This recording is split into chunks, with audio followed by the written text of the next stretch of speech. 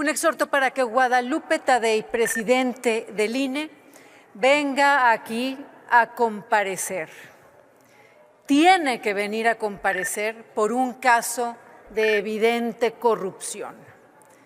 Tiene que venir a comparecer a explicar por qué le dio un contrato a la empresa inmobiliaria de nombre Altasierra, que pertenece a la familia del gobernador Alfonso Durazo. Y queremos aquí a Guadalupe Tadei para que explique. Y en el mismo documento estoy exigiendo que el gobernador Alfonso Durazo dé un informe detallado de por qué recibe un contrato, por qué recibe dinero público para sus intereses particulares. Son libres y no hay ninguna responsabilidad de dar algún seguimiento a los temas. Me comprometo a retomar la preocupación de la senadora y acercarlo a la Secretaría de Comunicaciones y Transportes. Ya, sí, pero en su momento el punto de acuerdo, podemos avanzar. Además, este fin de semana andaré por allá y me tocará constatar la veracidad de estas aseveraciones. Sigue en el uso de la palabra la senadora. Voy a ir este viernes, sábado y domingo de gira por allá. Sí. Senadora María Lili del Carmen Telles García tiene el uso de la palabra, el Grupo Parlamentario de Acción Nacional, para tratar un tema sobre el Instituto Nacional Electoral. Gracias. He presentado un exhorto para que Guadalupe Tadei, presidente del INE, venga aquí a comparecer. Tiene que venir a comparecer por un caso de evidente corrupción. Tiene que venir a comparecer a explicar por qué le dio un contrato a la empresa inmobiliaria de nombre Altasierra, que pertenece a la familia del gobernador Alfonso Durazo. Ahí hay un caso de evidente corrupción. Y queremos aquí a Guadalupe Tadei para que explique. Y en el mismo documento estoy exigiendo que el gobernador Alfonso Durazo dé un informe detallado de por qué recibe un contrato, por qué recibe dinero público para sus intereses particulares, y que no salga con que no hay conflicto de interés solo porque la Virgen le habla. Le pido, le digo y le advierto aquí al senador Alejandro Esquera, la oreja de AMLO, que le advierta a AMLO, el encuevado, el agazapado, el escondido, que no nos vamos a callar ni vamos a dejar de exhibir toda la corrupción de él, de Tadei y de Alfonso Durazo. Muchas gracias. Muy bien.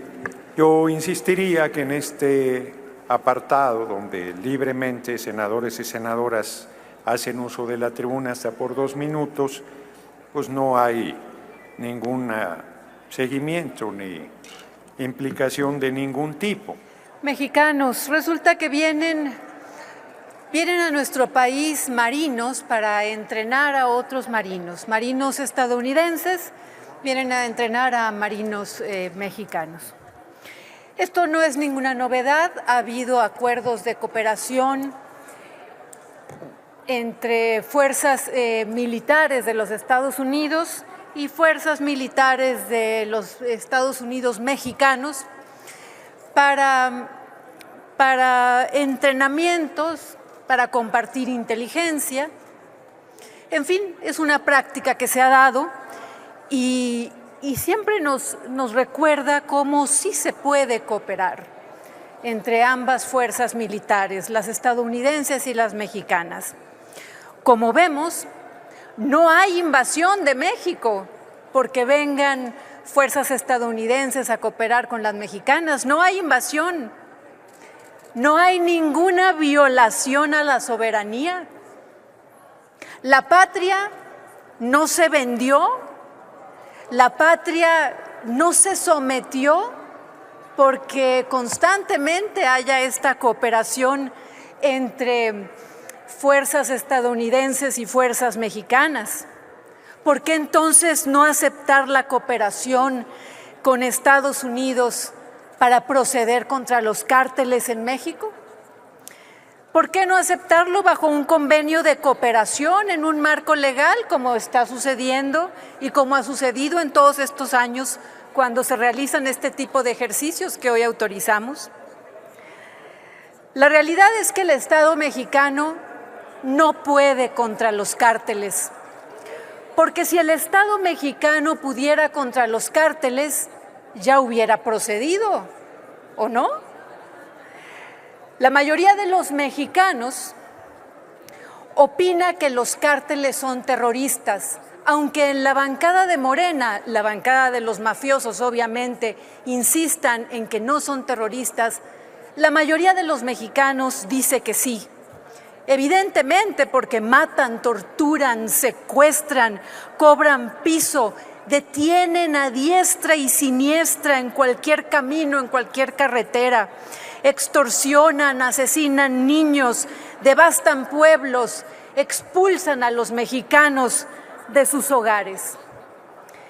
No solo no habría violación a nuestra soberanía con una colaboración con los Estados Unidos contra los cárteles, sino que se podrían salvar la vida de los mexicanos que Morena ha dejado indefensos ante la guerra del crimen organizado contra los ciudadanos.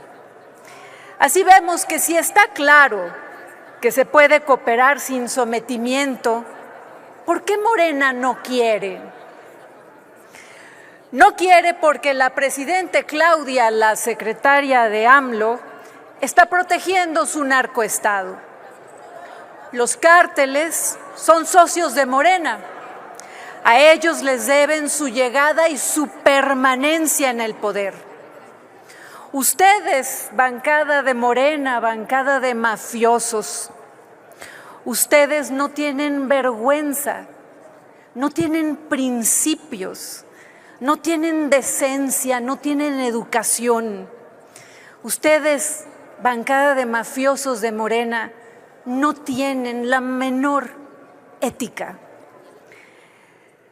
La presidenta Sheinbaum solo pone excusas para no permitir la cooperación con los Estados Unidos para proceder contra los cárteles.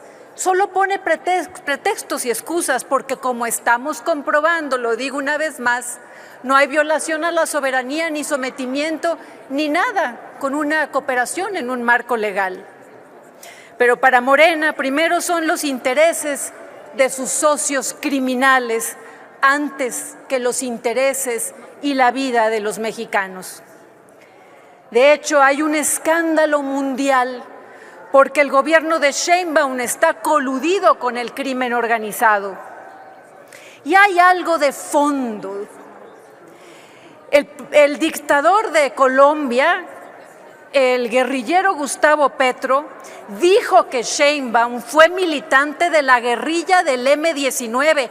Por eso Sheinbaum está a favor de imponer a través de las armas el poder. Por eso Sheinbaum ahorita no quiere proceder contra los cárteles. A los mexicanos de bien les digo, hay que luchar por la libertad. Hay que luchar por nuestra libertad frente a la violencia del narcogobierno. Senadora Telles García. Hay que estar atentos y luchar por la libertad, porque este narcogobierno representa la mayor amenaza en la historia de México para los ciudadanos. García. Gracias. Gracias. Que van a ser 4 años de temporada de huracanes, porque Donald Trump es impredecible. O sea, un día amenaza con un 25% generalizado, otro día a bordo del avión, hablando del Super Bowl, anuncia un arancel de 25% al acero y al aluminio. Van a ser 4 años así, 4 años de amenazas, de chantajes, y lo que el gobierno tiene que hacer son fundamentalmente 2 cosas.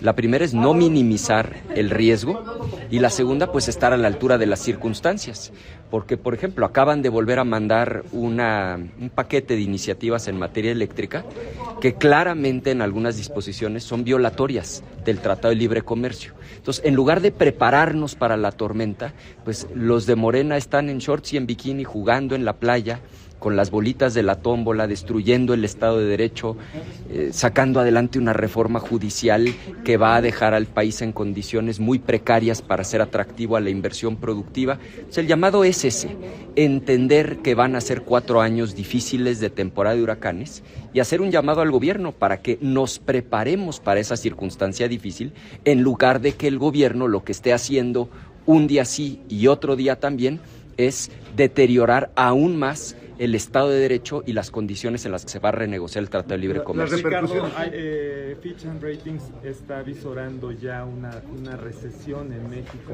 ¿Tú cómo ves esta situación? Bueno, es clarísimo que la economía mexicana ya se está desacelerando. Los datos que ha estado dando a conocer el INEGI en fechas recientes dan cuenta de ello. En caso de que se impusieran los aranceles, no hay ninguna duda de que entraríamos a una recesión, lo cual sería lamentabilísimo para la economía de las familias mexicanas. Nuestra exigencia es que el gobierno deje de jugar a la tómbola, a la reforma judicial, a destruir el Estado de Derecho y nos preparemos para una circunstancia compleja, que en lugar de que sigan con su obsesión de controlarlo todo, pensemos en la economía de las familias mexicanas y nos preparemos para esta temporada que va a ser muy complicada. En el tema migrante, ¿hay alguna propuesta que quiera promover el PAN respecto a quien es deportado o a los migrantes que se quedan varados en nuestro país provenientes de otros países? Hemos hecho una propuesta muy concreta. Se requiere un fondo, particularmente dinero para estados y municipios, porque más allá del apoyo que pueda dar la Federación, muchas y muchos de los migrantes que sean deportados van a permanecer en estados y en municipios y será responsabilidad de los gobiernos locales resolver esta demanda por servicios públicos. Por eso hemos planteado un fondo específico para apoyar a estados y municipios de tal forma que podamos recibir esta presión que sin duda vendrá y por supuesto reiterarle todo nuestro apoyo, toda nuestra solidaridad a las y a los paisanos que hoy no están tranquilos, que no viven en paz, que viven bajo esta amenaza de Donald Trump. Oye, Ricardo, una pregunta que se quedó en el tintero. La Suprema Corte va en contra de lo que resolvió el Tribunal Electoral. Entonces ya hay un choque de poderes ahí. ¿Qué va a pasar? Aquí lo urgente es que la Corte resuelva ya esa controversia, porque se está generando un vacío que genera incertidumbre. Nuestro llamado es a que la Corte resuelva y que una vez que esto esté resuelto, pues se acate los términos de esta resolución. ¿No estamos en una crisis constitucional ya por este pleito entre dos sí tribunales? Estamos ya ante una crisis constitucional desde el momento en el que Morena decidió tomar por asalto el Poder Judicial. A ver, no pierdan de vista que el órgano que ellos van a usar para controlar a todos los jueces del país es el Tribunal de Disciplina. Y es donde fue más cochina la tómbola. La ley que ellos mismos aprobaron establecía que tenían que introducir a la tómbola por lo menos 50 nombres. Así lo dice la ley, no es que yo lo esté planteando. Solamente introdujeron 19. ¿Por qué? Porque solo metieron a los suyos a la tómbola y de esos 19 sacaron 15. Es decir, es como cuando juegan volado y dicen águila gano, sol pierdes. No había manera de que ellos perdieran en esa tómbola si solamente meten 19 y tienen que sacar 15. Ya estamos ante un absoluto atropello en donde el régimen está controlando en los hechos, en el cortísimo plazo, el Poder Judicial. Ahora, a eso se suma estas resoluciones contradictorias entre la Sala Superior del Tribunal Electoral y algunos juzgados de amparo. Está el asunto en la Corte y nosotros lo que esperaríamos es que la Corte lo resuelva a la brevedad. Gracias.